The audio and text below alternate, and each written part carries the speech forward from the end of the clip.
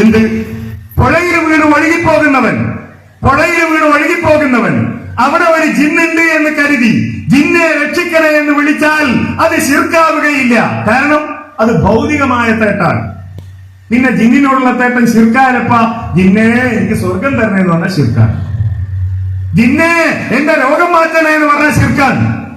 ജിന്നെ എനിക്ക് എന്നെ നരകത്തിൽ നിന്ന് രക്ഷിക്കണേ എന്ന് പറഞ്ഞാൽ ശിർക്കാണ്. നേരെ മറിച്ച് ജിന്നെ വെളിച്ചം തരണേ എന്ന് പറഞ്ഞാൽ, ജിന്നെ എന്നെ പുഴയിൽ നിന്ന് രക്ഷിക്കണേ എന്ന് പറഞ്ഞാൽ, ഭൗതികമായ സഹായം തേടിയാൽ ആ സഹായാർത്ഥന ശിർക്കാവുകയില്ല. പക്ഷെ ഹറാമാണ്. വലിയ എന്തോ ഒരു ആനുകൂല്യം മുജാഹിദീങ്ങൾക്ക് കൊടുക്കണ മാതിരിയാ ചിലര് പറയല്. ഹറാമാണെന്നല്ലേ ഞങ്ങൾ പറഞ്ഞത്. അപ്പൊ ചില സാധുക്കൾ ചോദിക്കും, ഓരും പാടില്ല എന്നല്ലേ ഓരും പറയുന്നത്, പിന്നെ നമ്മളെന്തിനാ തർക്കിക്കുന്നത്? ഞാൻ ചോദിക്കട്ടെ, ഒരാൾ വന്നിട്ട് ഇപ്പൊ ഞാൻ ഇവിടുന്ന് പറയുകയാണ്, മുഹീദ്ദീൻ ശൈഖയെ രക്ഷിക്കണേ എന്ന് പ്രാർത്ഥിക്കാൻ പാടില്ല. മുഹീദ്ദീൻ ശൈഖയെ രക്ഷിക്കണേ എന്ന് പ്രാർത്ഥിച്ചാൽ ശിർക്കാണ്. എന്റെ ജീവിതത്തിൽ ഒരിക്കലും ഞാൻ മുഹീദ്ദീൻ ശൈഖയെ രക്ഷിക്കണേ എന്ന് പ്രാർത്ഥിക്കുകയില്ല.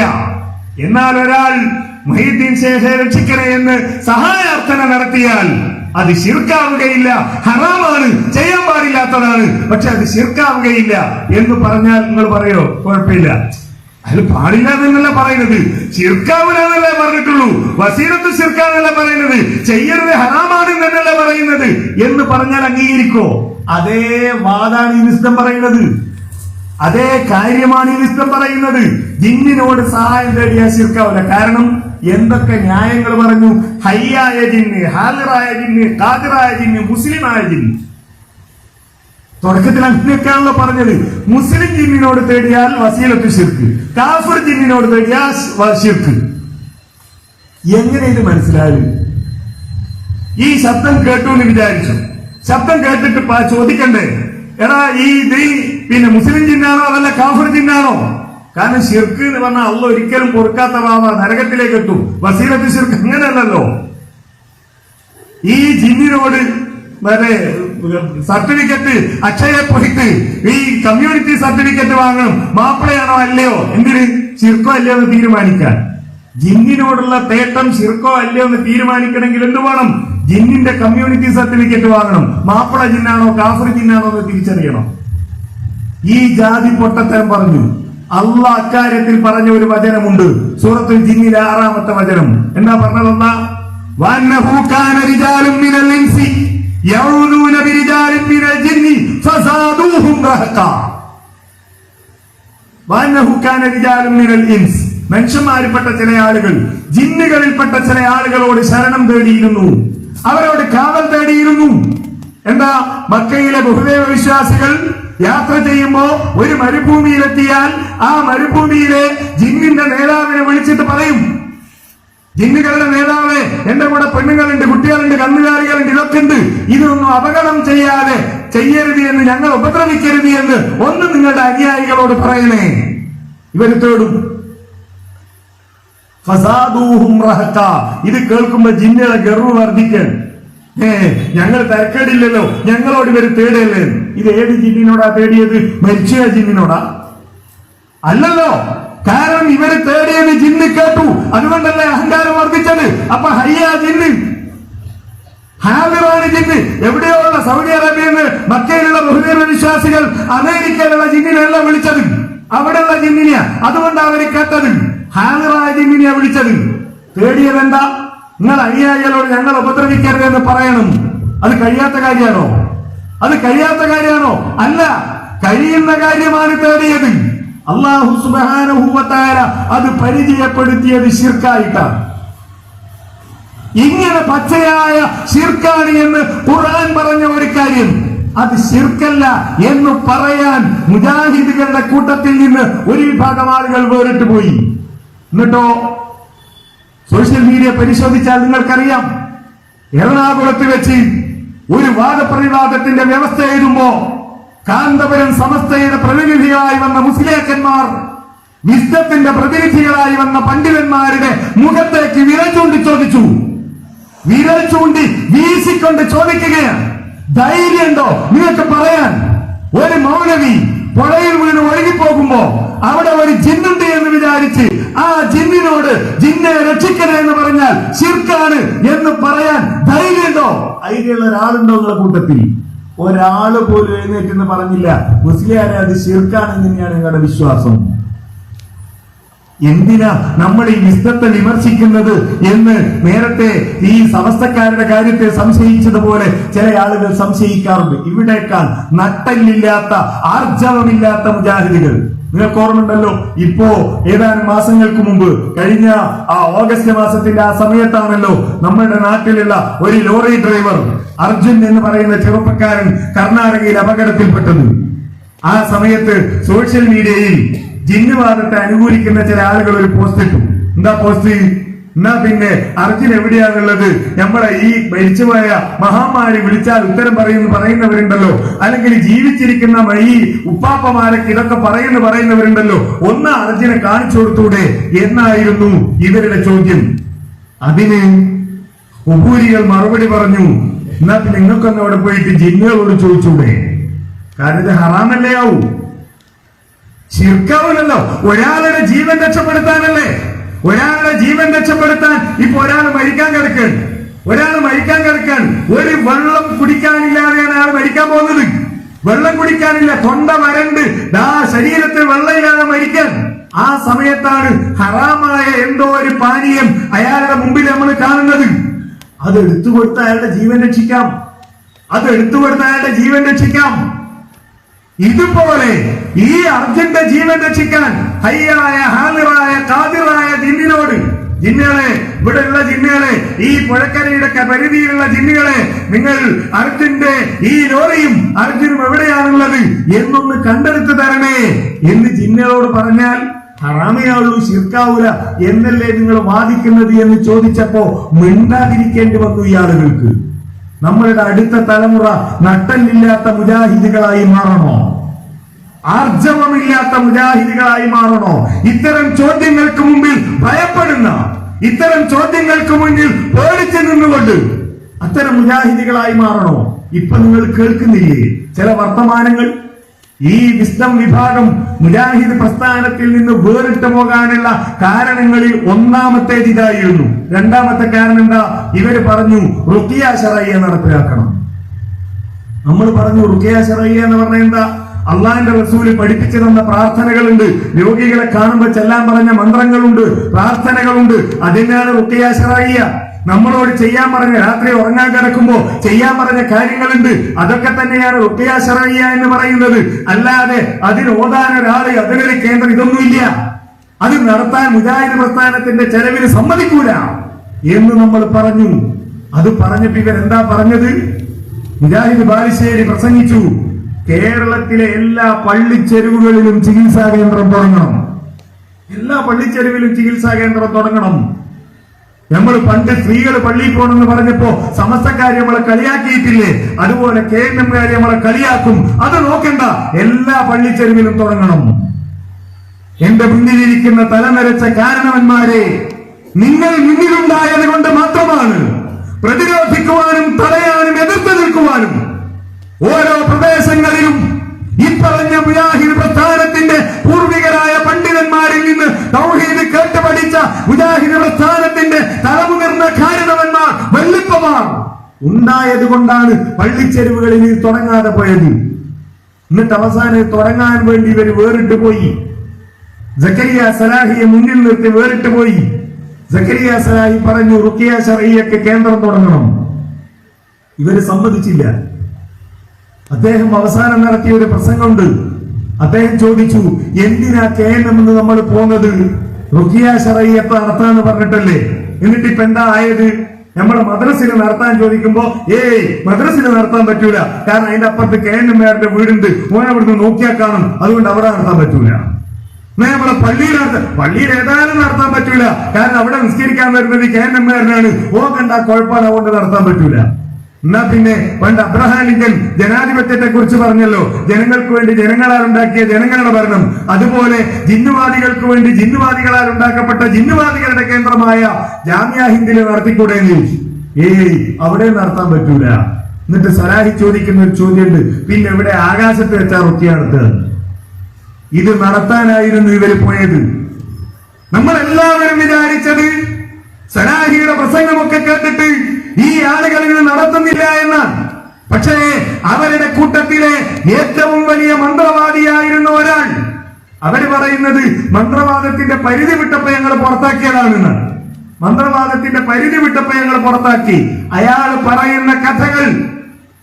പറയുന്ന കഥകൾ ഒന്നുപോലും നിഷേധിക്കാനാവാതെ വിസ്ഡം വിഭാഗത്തിന്റെ നേതാക്കന്മാർ തലയിൽ മുണ്ടിട്ട് നടക്കേണ്ട അവസ്ഥയുണ്ടായി. ആദ്യം വെളിപ്പെടുത്തൽ വന്നപ്പോ ഈ മുജാഹിദ് ബാലുശ്ശേരി പറഞ്ഞു, എടാ നിനക്കെതിരെ ഞാൻ കേസ് കൊടുക്കാൻ പോവാടാ, നിന്റെ ചെറ്റത്തരത്തെ ഞാൻ പോലീസ് സ്റ്റേഷനിൽ ചോദ്യം ചെയ്യടാ എന്നൊക്കെ പറഞ്ഞ് സോഷ്യൽ മീഡിയയിൽ ഭീഷണി മുഴക്കി. ഇന്നേ വരെ ഒരു കേസ് ഒരു പോലീസ് സ്റ്റേഷനിലും കൊടുത്ത് നമ്മളാരും കണ്ടിട്ടില്ല. ഇവരുടെ വീടുകളിൽ, ഇവരുടെ സ്ഥാപനങ്ങളിൽ പുരോഹിതന്മാർ നടത്തുന്നത് പോലെയുള്ള മന്ത്രവാദങ്ങൾ നടത്തി. ചോദ്യം ഇത് മാത്രമാണ് പ്രിയപ്പെട്ടവരെ, ഈ വിസ്ഡം വിഭാഗം ഈ സമൂഹത്തിൽ നടത്തുന്ന പ്രവർത്തനങ്ങൾക്ക് മുന്നിൽ മൗനം പാലിച്ചിട്ട് മുജാഹിദ് പ്രസ്ഥാനത്തിന്റെ പണ്ഡിതന്മാർ ഈ പൗരോഹിത്യത്തിന്റെ കയ്യിൽ നിന്ന് വാങ്ങിയെറിഞ്ഞ വടി, അടിച്ച് ചികിത്സക്കുള്ള വടി വീണ്ടും ഇവരുടെ കയ്യിൽ കൊടുക്കണോ? എന്തൊക്കെയാ പറയുന്നത്? റാത്തിയും റാത്തിച്ചുമാണ്. എന്റെ മോള് ചോദിച്ചു, അതെന്താ വാപ്പ കാക്കച്ചി എന്ന് പറയണ മാതിരി ഒരു അർപ്പാണ്. മന്ത്രവാദിനികളായ സ്ത്രീകളെയാണ് റാത്തിച്ചി എന്ന് പറയുന്നത്. ഇങ്ങനെ ആണും പെണ്ണും മന്ത്രവാദവുമായി നടന്നു. എല്ലാ നേതാക്കന്മാരും മന്ത്രവാദത്തിൽ പങ്കെടുത്തു. യുവജന സംഘടനകളുടെ നേതാക്കന്മാരുടെ വീടുകളിൽ അവരുടെ ബന്ധുക്കൾക്ക് വേണ്ടി മന്ത്രവാദം നടത്തി. വെളിപ്പെടുത്തലുകൾ നമ്മൾ കേട്ടു. ഈ തിരിച്ചുവെക്ക് വേണോ? വേണ്ടെന്നാണ് മറുപടിയെങ്കിൽ നമ്മൾ ജാഗ്രതയുള്ളവരാകണം. ഞങ്ങൾ ഭയങ്കര ജാഗ്രതത്തിലാണ് എന്ന് പറഞ്ഞ് നടന്ന ആളുകൾ ജനങ്ങൾ തിരിച്ച് ചോദിക്കാൻ തുടങ്ങിയപ്പോ ഇപ്പൊ എല്ലാ സ്ഥലത്തും ഇതന്നെ പറയാൻ തുടങ്ങിയല്ലോ. എന്തേ വിശുദ്ധ ഖുർആനിൽ നിന്ന് തെളിവ് പറയാൻ കഴിയാത്തത്? ഒരൊറ്റ തെളിവാ പറഞ്ഞത്. എവിടെ? കോഴിച്ചര സംവാദത്തിൽ. ആ തെളിവ് ഫൈസൽ മുസ്ലിയാരും ഒപ്പമുള്ള 2-3 ആളുകളല്ലാതെ PN അബ്ദുൽ ലത്തീഫ് മൗലവി എവിടെയെങ്കിലും ഓതിയത് നിങ്ങൾ കേട്ടോ? കുഞ്ഞു മുഹമ്മദ് മകന് പറപ്പൂർ എവിടെയെങ്കിലും ജിന്നിനോടുള്ള സഹായാർത്ഥനയിൽ ശിർക്കാവാത്തതുണ്ട് എന്ന് പറയാൻ ഈ ആയത്ത് തെളിവോതിയത് കേട്ടോ? സ്വന്തം പാളയത്തിലുള്ള ആളുകൾ പോലും ആ ആയത്ത് ഓതാൻ തയ്യാറല്ല. എന്നാൽ ചിലപ്പോ സാധാരണക്കാരെ കണ്ടാ പറയും, അതൊക്കെ കായക്കൊടി കളവ് പറയാണ്, അനുസ്മതി കളവ് പറയാണ്. ഞങ്ങൾക്ക് അങ്ങനെ ഒരു വാദം തന്നെയില്ല. പിന്നെന്തിനാ കോഴിക്കര വാദപ്രതിവാദം നടന്നത്? പണ്ടാരെ പറഞ്ഞല്ലോ, ഇങ്ങനെ കൈകൊട്ടിയ ശബ്ദം ഉണ്ടാവില്ല എന്ന് പറഞ്ഞ മാതിരി 2 ആളും 2 വാദാണെങ്കിലല്ലേ വാദപ്രതിവാദം വേണ്ടതുള്ളൂ. മുജാഹിദുകൾ അവിടെ വാദിച്ചു, മനുഷ്യനെ സംബന്ധിച്ചിടത്തോളം അദൃശ്യവും അഭൗതികവുമായ ജിന്നിനോട് നടത്തുന്ന സഹായാർത്ഥനകളെല്ലാം ശിർക്കും ഹറാമുമാണ്. എല്ലാം. അത് സ്വർഗം ചോദിച്ചാലും ശരി, പുഴയിൽ നിന്ന് രക്ഷപ്പെടുത്താൻ ചോദിച്ചാലും ശരി, രാത്രി ഇരുട്ടിപ്പെട്ടിട്ട് വെളിച്ചം ചോദിച്ചാലും ശരി, ഇനി എന്ത് ചോദിച്ചാലും ശരി, അത് ശിർക്കാണ്. മുജാഹിദുകൾ പറഞ്ഞു. ഫൈസൽ മുസ്ലിയാർ എഴുതി, മനുഷ്യനെ സംബന്ധിച്ചിടത്തോളം അദൃശ്യവും അഭൗതികവുമായ ജിന്നുകളോട് മനുഷ്യൻ നടത്തുന്ന സഹായാർത്ഥനകളിൽ ശിർക്കായതുണ്ട്, വസീലത്ത് ശിർക്കായതുണ്ട്. ഇവരെന്താ നമ്മളെ പറ്റി പറയല്? ഇതുവരെ പടച്ചോ മാത്രമായിരുന്നു നമ്മക്ക് അഭൗതികം. ഇപ്പോ കേന്ദ്രന്മാരെന്ത് ചെയ്തു? ജിന്നുകളെയും കൂടി അഭൗതികാക്കി. കേന്ദ്രന്മാര് മാത്ര. ഫൈസൽ മുസ്ലിയാർ കോഴിച്ചരയിൽ എഴുതിയത് അഭൗതികം എന്നാണ്. കോഴിച്ചരയിൽ ഫൈസൽ മുസ്ലിയാർ എഴുതിയത് അഭൗതികം എന്നാ. അപ്പൊ പറയേണ്ടെന്നറിയോ? അത് ഞങ്ങൾ അഭൗതികല്ല, ഞങ്ങൾ അഭൗതികം. ഈ ജാതി ദുർന്യായങ്ങൾ അത് ആരെപ്പോലെ? ജമാഅത്തെ ഇസ്ലാമി. അതുകൂടി പറയണല്ലോ, ജമാഅത്തെ ഇസ്ലാമി തെരഞ്ഞെടുപ്പിൽ പങ്കെടുക്കാൻ പാടില്ല എന്ന് പറഞ്ഞു. എന്തുകൊണ്ട്? നമുക്ക് ശരിയാവില്ല എന്നുള്ളതോടല്ല, തൗഹീദിനെതിരാണെന്നുള്ളതുകൊണ്ട്. തൗഹീദിനെതിരാണ് എന്നതുകൊണ്ട് തെരഞ്ഞെടുപ്പിൽ പങ്കെടുക്കാൻ പാടില്ല എന്ന് ജമാഅത്തെ ഇസ്ലാമി പറഞ്ഞു. വോട്ട് ചെയ്യുന്നത് ശിർക്കാണെന്ന് പറഞ്ഞു. അല്ലേ? നിങ്ങൾ നോക്കൂ, നമ്മളുടെ വീട്ടിന്റെ തൊട്ടടുത്തുള്ള ഒരാള് നാളെ 14, 15, 16 എന്നാണ് പോസ്റ്റർ കണ്ട എന്റെ ഓർമ്മ. പാറപ്പള്ളി അവിടുത്തെ ഉറൂസ് നടക്കുന്നത്. നമ്മളെ തൊട്ട അയൽവാസി പെണ്ണുങ്ങളെ കുട്ടികളൊക്കെ കൂട്ടി പോവാൻ. അപ്പൊ നമ്മള് ഭാര്യനോട് ചോദിച്ചു, ഇവിടേക്ക് ഇവരൊക്കെ കൂടി പോകുന്നത്? അത് ജാറത്തിലേക്ക് പോവാണ്, നേർച്ചക്ക് പോവാണ്. ഇത് കേൾക്കുമ്പോ നമുക്കുള്ള ഒരു സങ്കടം ഉണ്ടല്ലോ. ഇതുപോലെ ജമാഅത്തെ ഇസ്ലാമിക്കാരെ വേദനിച്ച സന്ദർഭമുണ്ട്. എപ്പോഴാണെന്നറിയോ? ഇലക്ഷന്റെ അന്ന് നമ്മളെല്ലാരും കൂടി, നമ്മൾ പെണ്ണുങ്ങളെയും വോട്ട് ചെയ്യാൻ പ്രായമായ മകനുണ്ടെങ്കിൽ മകന്റെ ഭാര്യയെ കൂട്ടി നമ്മൾ എല്ലാവരും സ്കൂളിലേക്ക് പോകുമ്പോ തൊട്ടടുത്ത വീട്ടിലെ ജമാഅത്തേറെ നെഞ്ചി കൈവച്ചുകൊണ്ട് പറയും, പടച്ചോനെ ലാ ഇലാഹ ഇല്ലല്ലാഹ് ആദർശം എന്ന് പറഞ്ഞിട്ടാണല്ലോ ഈ പാവപ്പെട്ടവർ ഈ ശിർക്ക് ചെയ്യാൻ പോണത്. അത്ര സങ്കടമായിരുന്നു നമ്മൾ വോട്ട് ചെയ്യുമ്പോ. ഇപ്പോഴോ ഇപ്പൊ വോട്ട് ചെയ്യാൻ മുമ്പിൽ നമുക്ക് സ്ലിപ്പ് തരാനുള്ളത് ജമാഅത്തെ ഇസ്ലാമിക്കാരാ. എന്റെ തൗഹീദ് ശിർക്ക് തൗഹീദായി മാറിയത് എങ്ങനെ, ഹറാമ് ഹലാലായി മാറിയത് എങ്ങനെ? അപ്പൊ ജമാഅത്തുകാർ പറയാ ഈ പറഞ്ഞതാണ്. നിങ്ങൾ വോട്ട് ചെയ്യുന്ന മാതിരിയല്ല ഞങ്ങൾ വോട്ട് ചെയ്യുന്നത്. നിങ്ങൾ വോട്ട് ചെയ്യുന്നത് അനിസ്ലാമിക ഭരണകൂടം ഉണ്ടാണെന്ന് വിചാരിച്ചിട്ടാണ്, ഞങ്ങൾ വോട്ട് ചെയ്യുന്നത് ഇസ്ലാമിക ഭരണകൂടം ഉണ്ടാണെന്ന് വിചാരിച്ചിട്ടാണ്. ഇസ്ലാമിക ഭരണകൂടം ഉണ്ടാണെന്ന് വിചാരിച്ചിട്ട് ഇടതുപക്ഷത്തിന് വോട്ട് ചെയ്തിരുന്ന ആളുകളായിരുന്നു. ഇപ്പൊ കമ്മ്യൂണിസ്റ്റുകാരും അതേപോലെ ജമാഅത്തുകാരും ഭയങ്കര പോരാണ് അല്ലെ. എന്തിനും ജമാഅത്തെ ഇസ്ലാമിയെ പ്രതിസ്ഥാനത്ത് നിർത്താൻ CPM, എന്തിനും CPM-നെ പ്രതിസ്ഥാനത്ത് നിർത്താൻ ജമാഅത്ത്. ഈ കോഴിക്കോട് ജില്ലയിൽ എത്ര ഗ്രാമപഞ്ചായത്തുകളിൽ എത്ര വാർഡുകളിൽ ജമാഅത്തെ ഇസ്ലാമിയുടെ പിന്തുണയോടുകൂടി CPM ഭരിച്ചിട്ടുണ്ട്. CPM-ന്റെ പിന്തുണയോടുകൂടി ജമാഅത്തെ ഇസ്ലാമി തെരഞ്ഞെടുക്കപ്പെട്ടിട്ടുണ്ട്. അന്നൊന്നില്ലാത്ത എന്തെങ്കിലും പുതിയ ആദർശം CPM ഇപ്പം മാർക്സിസത്തിന്റെ ഭാഗമായിട്ട് കൂട്ടിക്കൊണ്ടുവന്നിട്ടുണ്ടോ? ഇല്ല. അന്നില്ലാത്ത എന്തെങ്കിലും വാദം ജമാഅത്തിനുണ്ടായിട്ടുണ്ടോ? അന്ന് ഭായി ആയിരുന്നു, ഇപ്പോഴും ഭായി ആകും. അടുത്ത ഇലക്ഷൻ വരുമ്പോ ജമാഅത്തെ ഇസ്ലാമി UDF-നോട് കെറുവ് കാണിച്ച് ഇതാ ഞങ്ങൾ LDF-ന് പിന്തുണ കൊടുക്കുകയാണെന്ന് പറഞ്ഞാൽ ആ വിരോധമൊക്കെ അവിടെ തീരും. അത് രാഷ്ട്രീയം മാത്രമാണ്.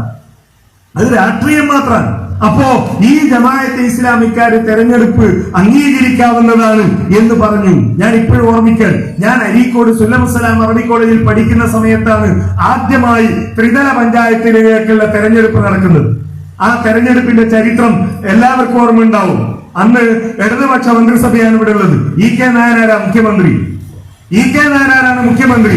ഈ ത്രിതല പഞ്ചായത്തിലേക്കുള്ള തെരഞ്ഞെടുപ്പിൽ ഇടതുപക്ഷം വൻ ഭൂരിപക്ഷം നേടി.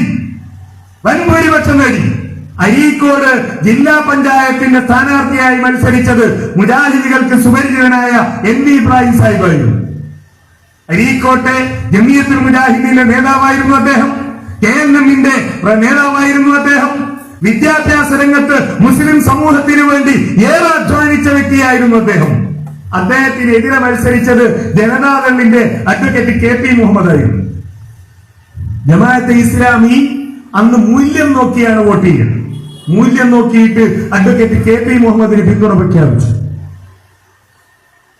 ഈ തെരഞ്ഞെടുപ്പ് കഴിഞ്ഞ് വൻ ഭൂരിപക്ഷം കിട്ടിയപ്പോ E.K. നായനാർ കാലാവധി പൂർത്തിയാക്കാതെ തന്നെ മന്ത്രിസഭ രാജിവെച്ച് നിയമസഭാ തെരഞ്ഞെടുപ്പിലേക്ക് പോയി. നിയമസഭാ തെരഞ്ഞെടുപ്പിൽ മഞ്ചേരി മണ്ഡലത്തിൽ ജില്ലാ പഞ്ചായത്തിൽ NV ഇബ്രാഹിം സാഹിബ് വിജയിച്ചു. മഞ്ചേരി മണ്ഡലത്തിൽ UDF-ന്റെ സ്ഥാനാർത്ഥി ഇസാഖ് ഉരിക്കളാണ്. LDF-ന്റെ സ്ഥാനാർത്ഥി അഡ്വക്കേറ്റ് KP മുഹമ്മദാണ്. അഡ്വക്കേറ്റ് KP മുഹമ്മദിന് ജമാഅത്തെ ഇസ്ലാമി പിന്തുണ പ്രഖ്യാപിച്ചത് ഇസാഖ് ഉരിക്കൾക്കാണ്. അന്ന് അരീക്കോട് വന്നിട്ട് അഡ്വക്കേറ്റ് KP മുഹമ്മദ് നടത്തിയൊരു പ്രസംഗമുണ്ട്. അല്ല ജമാഅത്താരെ, നിങ്ങൾ ഈ മൂല്യം നിർണ്ണയിക്കുന്നതിന്റെ മാനദണ്ഡം ഒന്ന് എനിക്ക് പറഞ്ഞു തരൂ. ഞാനും ഇബ്രാഹിം സാഹിബ് മത്സരിച്ചപ്പോ നിങ്ങൾ മൂല്യം കണ്ടത് എനിക്കാണ്. ഇബ്രാഹിം സാഹിബ് 5 നേരം ജമാഅത്തായി നിസ്കരിക്കുന്ന മനുഷ്യനാണ്. സുബീക്ക് ജമാഅത്തിന് നടന്ന് പള്ളിയിൽ പോകുന്ന ആളാണ്. സിൻഡിക്കേറ്റ് പോലെയുള്ള മീറ്റിങ്ങുകളിൽ ഞങ്ങളൊക്കെ പങ്കെടുക്കുന്ന യോഗങ്ങളിൽ തിങ്കളാഴ്ചയോ വ്യാഴാഴ്ചയോ മീറ്റിംഗ് വെച്ചാൽ NV ഇബ്രാഹിം സാഹിബിന് ചാവേണ്ട, അന്ന് സുന്നത്ത് നോമ്പെടുക്കുന്ന ആളാണ്. ഇബ്രാഹിം സാഹിബ് ഞാനും മത്സരിച്ചപ്പോ നിങ്ങൾ എനിക്ക് മൂല്യം കണ്ടു. ഇസാഖ് ഒരിക്കൽ എതിർ സ്ഥാനാർത്ഥിയായി വന്നപ്പോ ഞാൻ ഉറപ്പിച്ചു എന്തായാലും എനിക്ക് തന്നെ ജമാഅത്തിന്റെ വോട്ട്. കാരണം ഇസാഖ് ഒരിക്കക്ക് പോലും വാദം ഉണ്ടാവില്ല ഇബ്രാഹിം സാഹിബിനേക്കാൾ വെച്ചാണ് ഇസാഖ് ഒരിക്കൽ. അദ്ദേഹം പറഞ്ഞ ഇസാഖ് ഒരിക്കൽക്ക് പോലും അങ്ങനെ വാദമില്ല. പക്ഷെ നിങ്ങൾ പിന്തുണ പ്രഖ്യാപിച്ച ഇസാഖ് ഒരിക്കൽക്കാണ്. എന്താണ് ഈ മൂല്യത്തിന്റെ മാനദണ്ഡം എന്ന് ചോദിച്ചു. അങ്ങനെ ചോദിച്ചവർ പിന്നീട് രാഷ്ട്രീയ പാർട്ടി ഉണ്ടാക്കി തെരഞ്ഞെടുപ്പിൽ മത്സരിച്ചു കൊണ്ടിരിക്കുന്നു. തൗഹീദിനെ ശിർക്കാക്കുന്ന, ശിർക്കിനെ തൗഹീദാക്കുന്ന ഈ മായാജാലം മുജാഹിദികൾക്ക് പരിചയമില്ല. ഈ വാദമാണ് ഇവരും പറയുന്നത്. ഞങ്ങൾ പറഞ്ഞ അഭൗതികം വേറെ, നിങ്ങൾ പറയുന്ന അഭൗതികം വേറെ. എന്തിനാണ് ഇത്തരം സാങ്കേതികതകളിലേക്ക് ഈ സമൂഹത്തെ കൊണ്ടുപോകുന്നത്? ആളുകൾ പറയാ ഖുർആൻ മാത്രമാണ് ഞങ്ങളെ പ്രമാണം, ഹദീസ് അത് ഞങ്ങളെ ബുദ്ധിക്ക് യോജിക്കുന്നതേ ഞങ്ങൾ സ്വീകരിക്കുള്ളൂ. ആരെ ബുദ്ധി? മനുഷ്യന്റെ ബുദ്ധിയൊക്കെ ഒരുപോലെയാണോ? ഒരാൾ പറയാ ഈ ഹദീസ് എന്റെ ബുദ്ധിക്ക് യോജിക്കുന്നില്ല. സ്ത്രീകളെ തൊട്ടാൽ അന്യ സ്ത്രീകളെ തൊട്ടാൽ ഉദു എടുക്കണം, അല്ലെങ്കിൽ ഉദു മുറിയുന്ന ഏതെങ്കിലും ഒരു കാര്യം പറഞ്ഞിട്ട് ഹദീസുകളിലുള്ള ഉദു മുറിയുന്ന ഒരു കാര്യം പറഞ്ഞിട്ട് അയാൾ പറയാൻ അത് എന്തിനാണ് എനിക്ക് മനസ്സിലാക്കുന്നില്ല, എന്റെ ബുദ്ധിക്ക് അത് യോജിക്കുന്നില്ല എന്ന് പറഞ്ഞാൽ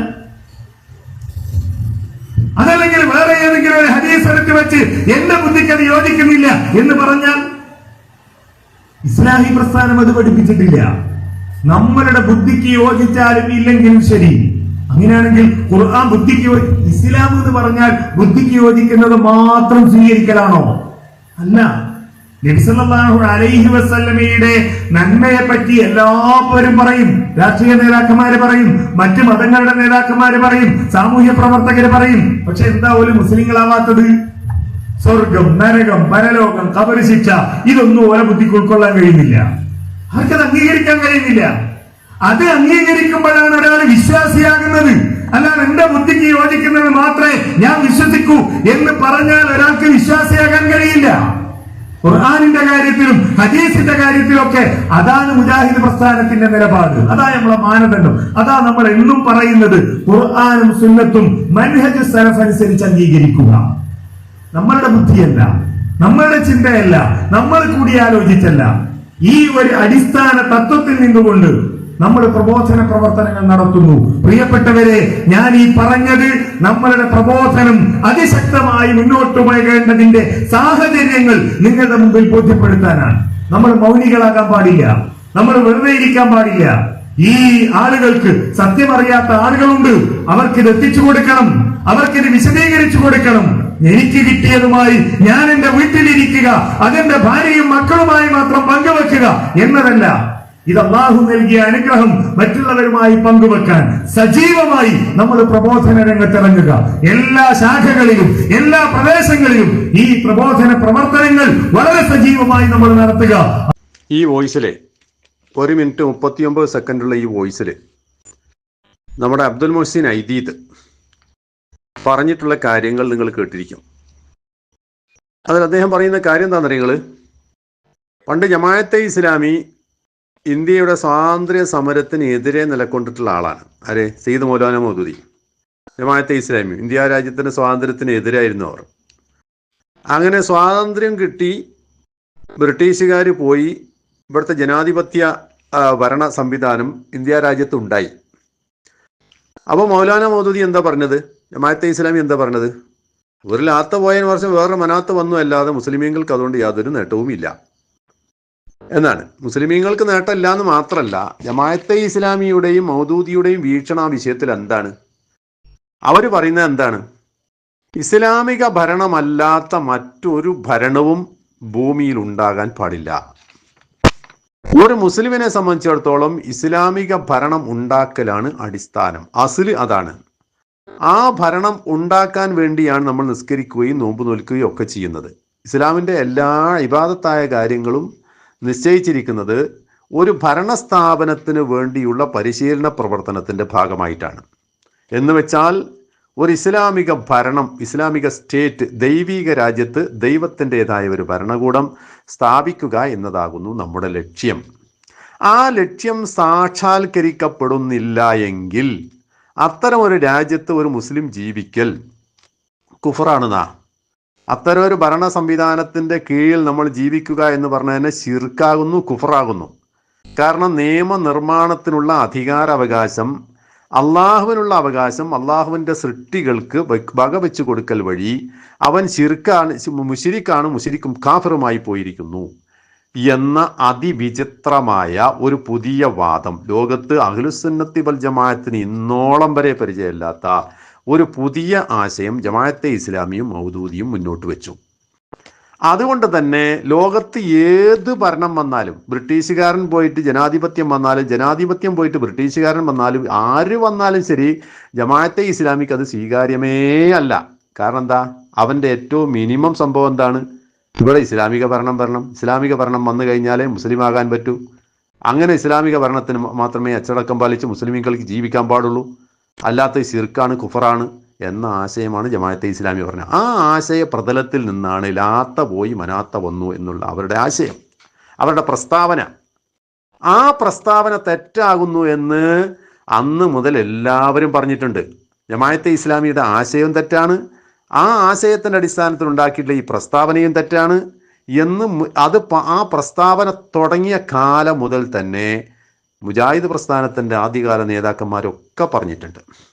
എന്നാൽ നമ്മൾ അബ്ദുൽ മുഹ്സിൻ ഐദീദ് പറയുന്നത് എന്താ അറിയോ? ആ പറഞ്ഞത് ശരിയാണ്. ജമാഅത്തെ ഇസ്ലാമി പറഞ്ഞ ആ ആശയം ശരിയാണ്. ലാത്ത പോയി മനാത്ത വന്നത് തന്നെയാണ്. ലാത്തയുടെ ഭരണവും മനാത്തയുടെ ഭരണവും തുല്യാണ്. അഥവാ ലാത്തയാകുന്ന ബ്രിട്ടീഷുകാരൻ്റെ ഭരണവും മനാത്തയാകുന്ന ജനാധിപത്യ ഭരണവും ഒന്നു തന്നെയാകുന്നു. രണ്ടും കുഫറാകുന്നു, മുസ്ലിമീങ്ങൾക്ക് സ്വീകാര്യമല്ലാത്തതാകുന്നു എന്ന് പറയുന്ന ഈ പിഴച്ച ആശയം ആണ് ഇവിടെ സ്ഥാപിക്കുവാൻ ആര് ശ്രമിക്കുന്നത്?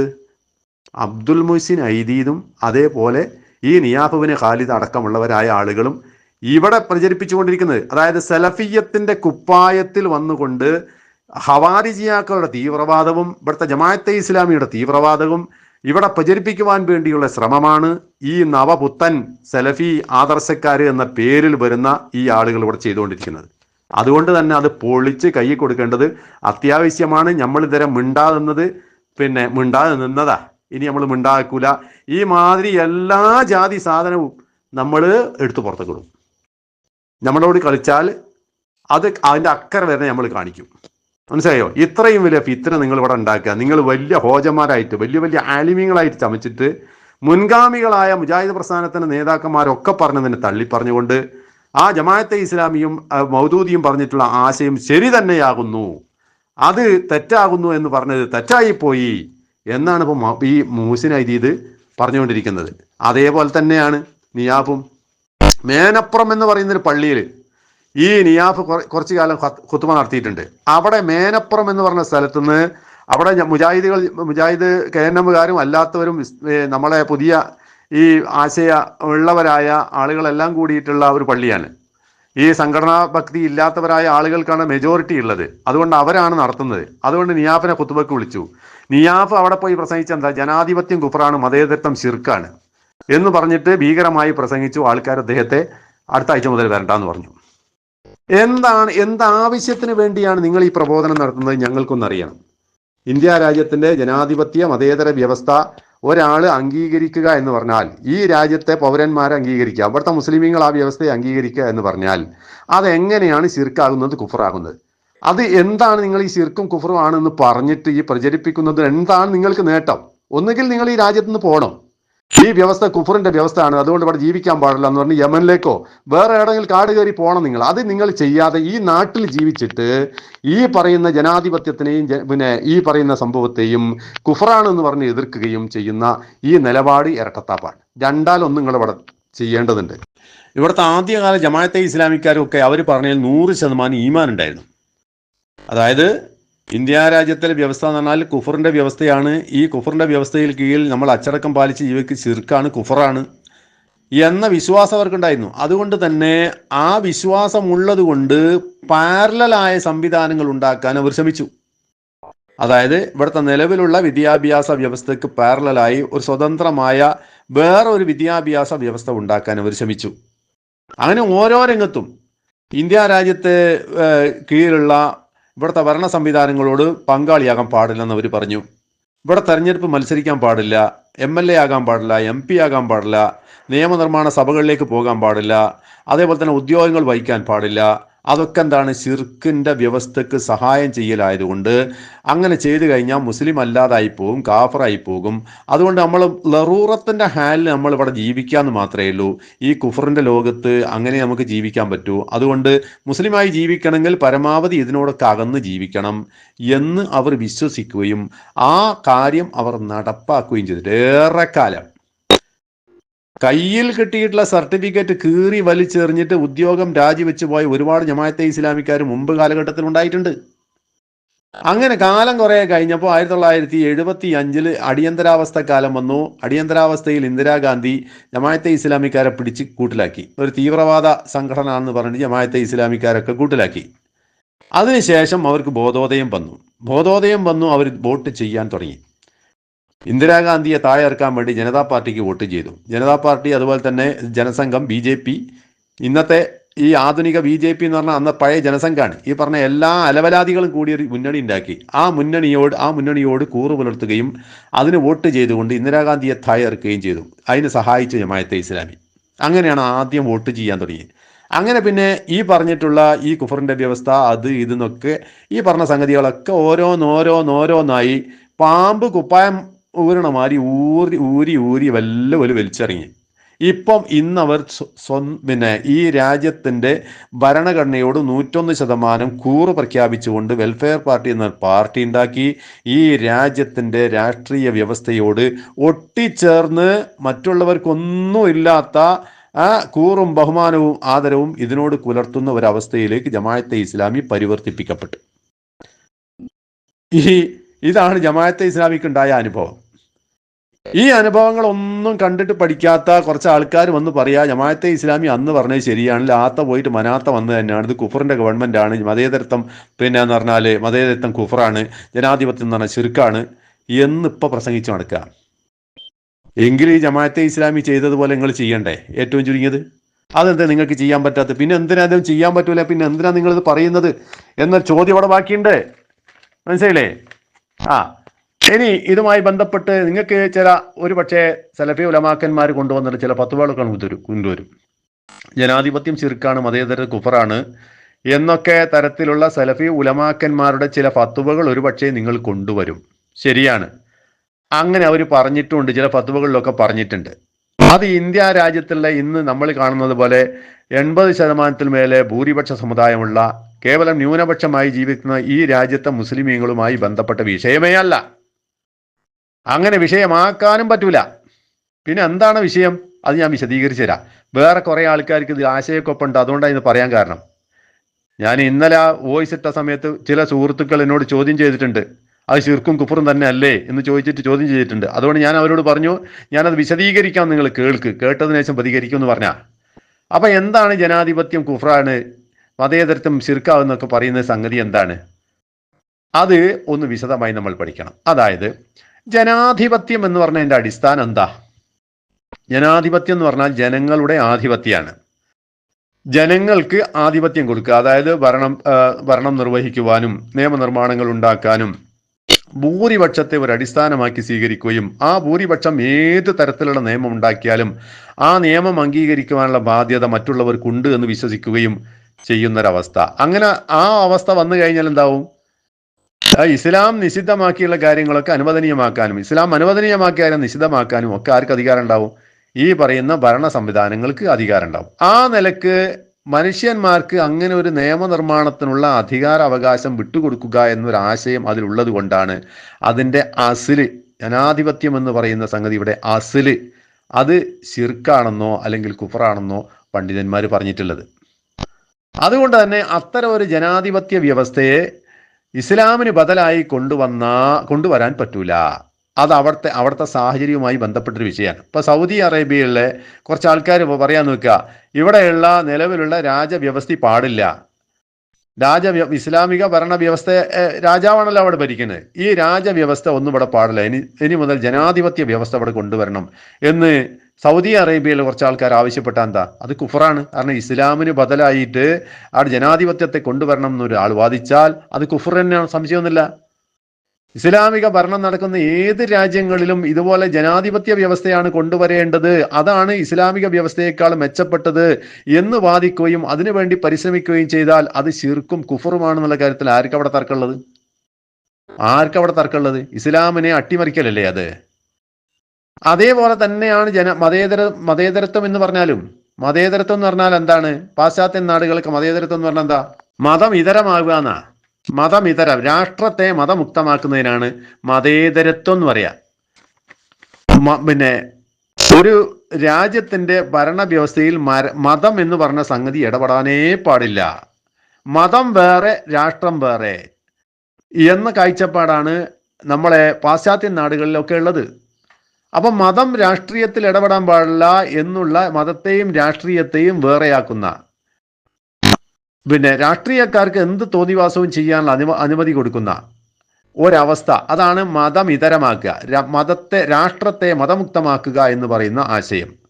അത് ഇസ്ലാമിക രാജ്യങ്ങൾക്ക് പറ്റുമോ? അങ്ങനെയുള്ളൊരു വ്യവസ്ഥയാണ് ഇസ്ലാമിക ഭരണമുള്ള നാട്ടിൽ കൊണ്ടുവരേണ്ടെന്ന് ഒരാൾ വാദിച്ചാൽ ഓനെന്താണ്? പച്ചക്കാഫറാണ്, മുശിരിക്കാണ്, സംശയമുള്ള കാര്യമല്ല. അപ്പൊ ഇതുകൊണ്ടാണ് മതേതരത്വം ശിർക്കാണെന്നോ കുഫറാണെന്നോ ഉലമാക്കന്മാർ അതിൻ്റെ അസിൽ വെച്ചുകൊണ്ടാണ് പറയുന്നത്. ഇനി വേറൊരു തരത്തിലുള്ള മതേതരത്വം, അതെന്താണ്? എല്ലാ മതങ്ങളും ഒരുപോലെയാണെന്ന് പറയാം. ഹിന്ദു, മുസ്ലിം, ക്രിസ്ത്യാനി, ജൂതൻ, പാർസി, ജൈനൻ എന്ന് പറയുന്ന എല്ലാ മതങ്ങളും ഒരുപോലെയാണ്. എല്ലാ മതങ്ങൾക്കും തുല്യ പരിഗണനയാണ് ഉണ്ടാകേണ്ടത് എന്നൊരു മുസ്ലിമിന് വിശ്വസിക്കാൻ പറ്റുമോ? വിശ്വസിക്കാൻ പറ്റൂല. അങ്ങനെ വിശ്വസിച്ചാൽ എന്താ? കാഫറാണ്. അപ്പൊ അസ്ലി കുഫറാണെന്ന് പറഞ്ഞത് അതുകൊണ്ടാണ്. മതേതരത്വത്തിന്റെ അസ്ലി കുഫറാണ്, ജനാധിപത്യത്തിന്റെ അസ്ലി കുഫറാണ് എന്ന് പറഞ്ഞാൽ അതുകൊണ്ടാണ്. ഇനിയിപ്പോ ഇതേ സംഗതി, ഇതേ സംഭവം നമ്മൾ ഇന്ത്യ രാജ്യത്തിലേക്ക് കൊണ്ടുവന്നാലോ? ഈ രാജ്യത്തെ ഇവിടുത്തെ ജനാധിപത്യ മതേതര വ്യവസ്ഥ വേണ്ട, ഇവിടുത്തെ കുഫറാണ് എന്ന് ബാധിച്ചാൽ എന്താ അവിടെ സംഭവിക്കാൻ പോണത്? കുറച്ചൊക്കെ പ്രായോഗികമായും ചിന്തിക്കണ്ടേ? ഇത് മൂക്കാതെ പഴുത്തു കഴിഞ്ഞാൽ പല പ്രശ്നങ്ങളുണ്ടാവും. ആ പ്രശ്നങ്ങളാണ് ഇപ്പോൾ അവർക്കൊക്കെ ഉള്ളത്. ഈ രാജ്യത്തെ ജനാധിപത്യ വ്യവസ്ഥ വേണ്ട എന്ന് നമ്മൾ മുസ്ലിമീങ്ങൾ തീരുമാനിച്ചാൽ എന്താണ് ഇവിടുത്തെ അവസ്ഥ ഉണ്ടാകുക? ഇവിടുത്തെ ജനാധിപത്യവും വേണ്ട, ഇവിടുത്തെ മതേതര വ്യവസ്ഥയും വേണ്ട എന്ന് തീരുമാനിച്ചാൽ എന്താ അവിടെ സംഭവിക്കാൻ പോണത്? ചിന്തിക്കണ്ടേ? അതിനെപ്പറ്റി ആലോചിക്കണ്ടേ? ആ ആലോചന എന്തേ നിങ്ങൾക്ക് ഇല്ലാതെ പോണത്? അതായത് ഇവിടുത്തെ ജനാധിപത്യം എന്ന് പറഞ്ഞാൽ എന്താണ്? മുസ്ലിമീങ്ങളായ ആളുകൾക്ക് പോലും ഇവിടുത്തെ ഭരണത്തിൽ പങ്കാളിയാകാനും പറ്റുന്നൊരു വ്യവസ്ഥയാണ് ഇവിടെ ഉള്ളത്. മനസ്സിലായില്ലേ? എന്ന് മാത്രമല്ല, ഇവിടുത്തെ മതേതര വ്യവസ്ഥ എന്ന് പറഞ്ഞാൽ എന്താ? എല്ലാ മതസമൂഹങ്ങൾക്കും ഈ രാജ്യത്ത് ഒരുമിച്ച് ജീവിക്കാം. മുസ്ലിമീങ്ങളെ സംബന്ധിച്ചിടത്തോളം അവർക്ക് അവരുടെ ആരാധനകളും അവരുടെ വിശ്വാസങ്ങളും അവരുടെ സംസ്കാരങ്ങളും ഇവിടെ പുലർത്താം. 101% പുലർത്തി ജീവിക്കാം. മുസ്ലിമീങ്ങൾക്ക് മുസ്ലിമീങ്ങളായി തന്നെ ഇവിടെ ജീവിക്കാം. മറ്റവൻ എങ്ങനെയോ ജീവിച്ചോട്ടെ. 20% മുസ്ലിമീങ്ങളുള്ള ഒരു നാട്ടിൽ നമുക്ക് ഈ സൗകര്യങ്ങളൊക്കെ ഭരണഘടന നമുക്ക് തരുന്നുണ്ടെന്നുള്ള ആനുകൂല്യമല്ലേ? ആ ആനുകൂല്യം വെച്ചുകൊണ്ട് പള്ളിയും മദ്രസകളും മതസ്ഥാപനങ്ങളും എത്രയാണ് ഇന്ത്യ രാജ്യത്ത് പൊങ്ങിക്കിടക്കുന്നത്? ഈ സൗകര്യങ്ങളൊക്കെ നമുക്ക് ഇതൊരു കരാറാണ്. നമ്മുടെ രാജ്യത്തിന്റെ ഭരണഘടന എന്ന് പറഞ്ഞാൽ മുസ്ലിമീങ്ങളുമായിട്ടുള്ള എല്ലാ മതവിഭാഗങ്ങളുമായിട്ടുള്ള കരാറാണ്. നിങ്ങളനുസരിച്ച് ജീവിച്ചോ, ഞങ്ങൾ നമ്മളനുസരിച്ച് ജീവിച്ചോളാം. നിങ്ങൾ ശല്യം ചെയ്യരുത്. നിങ്ങൾക്ക് നിങ്ങളെ മതം പ്രാക്ടീസ് ചെയ്യുകയും ചെയ്യുക, നിങ്ങളുടെ മതം പ്രചരിപ്പിക്കുകയും ചെയ്യുക. എല്ലാവർക്കുള്ള അവകാശം, എല്ലാവർക്കും തുല്യമായ അവകാശം. ഈ തുല്യമായ അവകാശം നമുക്ക് കിട്ടിയത് ഗുണമാണോ ദോഷമാണോ? ഞാൻ പറയുന്നു, ഈ വ്യവസ്ഥ ഇവിടെ നിലനിൽക്കുക എന്നുള്ളത് അത്യാവശ്യമാണ്. ഇന്ത്യയിലെ മുസ്ലിമീങ്ങളെ സംബന്ധിച്ചിടത്തോളം ഈ രാജ്യത്തിന്റെ മതേതര വ്യവസ്ഥ ഈ നാട്ടിൽ ഇതേപോലെ നിലനിൽക്കുക എന്നത് അത്യാവശ്യമാണ്. എന്നാൽ ഇവിടുത്തെ ഭൂരിപക്ഷ വർഗീയവാദികൾ പറയുന്നത് എന്താ? മതേതരത്വം ഇവിടെ പാടില്ല എന്നാണ്. എന്താ പാടില്ല എന്ന് പറയാൻ കാരണം? മതേതരത്വം അല്ല ഇവിടെ വേണ്ടത്, ഇവിടെ ഭൂരിപക്ഷത്തിന്റെ ആധിപത്യമാണ് വേണ്ടതെന്ന് പറഞ്ഞേ. അപ്പൊ ഭൂരിപക്ഷത്തിന്റെ ആധിപത്യം വരണം എന്നൊരു കൂട്ടർ വാദിക്കുമ്പോൾ നമ്മൾ പറയുന്നത് എന്താണ്? ഇവിടുത്തെ മതേതരത്വം ഇവിടെ നിലനിൽക്കണം എന്നാ. അങ്ങനെ ഇവിടുത്തെ മതേതരത്വം ഇവിടെ നിലനിൽക്കണം എന്ന് നമ്മൾ വാദിച്ചാൽ അത് കാഫറായി പോണ കാര്യ ആണോ? ലേശം ചോറ് എന്നാണ് തലണ്ട ചിന്തിക്ക്. അപ്പൊ ഇവിടുത്തെ ഈ മതേതര വ്യവസ്ഥയെ സംബന്ധിച്ച് ഇത് കുഫറാണെന്നോ ശിർക്കാണെന്നോ അല്ല നമ്മൾ പറയേണ്ടത്. ഈ മതേതര വ്യവസ്ഥ ഇവിടെ നിലനിൽക്കണം എന്ന് നമ്മൾ പറയാം. കാരണം നമ്മൾ ഇവിടെ ജീവിച്ചു പോകണമെങ്കിൽ ഈ വ്യവസ്ഥ ഇവിടെ നിൽക്കണം. ഈ വ്യവസ്ഥയെ അട്ടിമറിക്കാൻ വേണ്ടിയിട്ടാണ് ഇവിടുത്തെ വർഗീയവാദികൾ ശ്രമിക്കുന്നത്. ഇതൊന്നും ഈ ചങ്ങായിമാരെ തലയിൽ കയറുന്നില്ല.